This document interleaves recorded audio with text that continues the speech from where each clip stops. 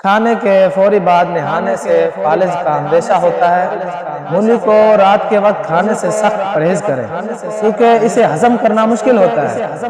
گرم دودھ کے فوراً بعد پانی پینے سے کھانسی لگ جاتی ہے۔ چنے اور جو کا آٹا ملا کر روٹی پکانے سے شوگر کنٹرول رہتی ہے۔ مسلسل اور بہت زیادہ پیاز کھانے سے چہرے پر چھائیاں پڑ سکتی ہیں۔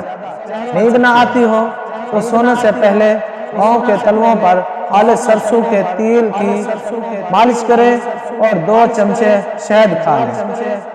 آم اور لسوڑے کا اچار کھانے کے بعد پانی پینے سے نزلہ، زکام اور کھانسی کا سخت اندیشہ ہوتا ہے۔ ساگ پکانے سے قبل اگر اسے کھولتے پانی میں ابال لیا جائے تو لذت بڑھ جاتی ہے۔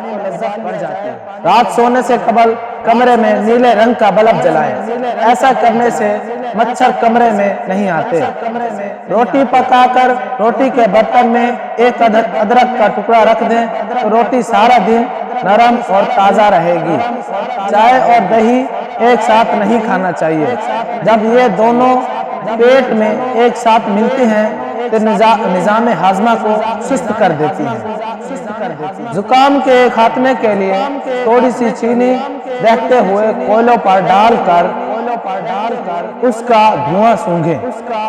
سونے سے پہلے پھل نہیں کھانا چاہیے۔ انہیں کھانے کا یہ سب سے برا وقت ہے کیونکہ اس سے شوگر لیول بڑھ سکتا ہے اور یہ حالت آپ کو پوری رات جگاتی رہے گی۔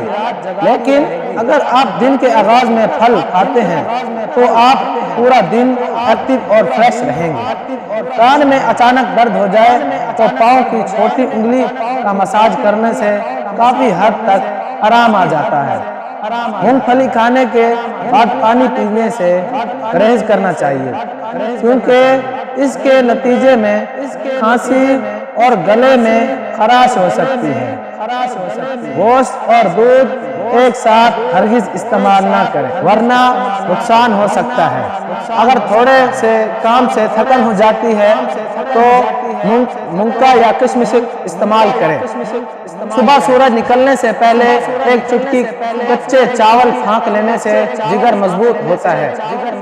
کیلے کا شیک بے حد پسند کیا جاتا ہے لیکن طبی تحقیق میں یہ بات بھی سامنے آئی ہے کہ کیلا اور دودھ ایک ساتھ کھانے سے پیٹ خراب ہو سکتا ہے۔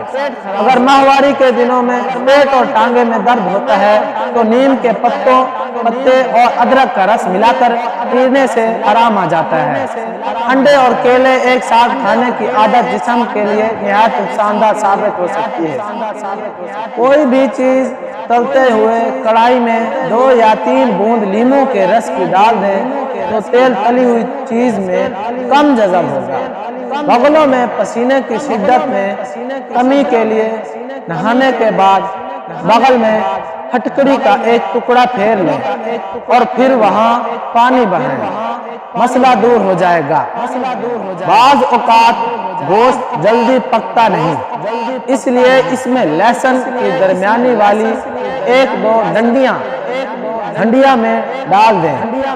گوشت آسانی سے پک جائے گا۔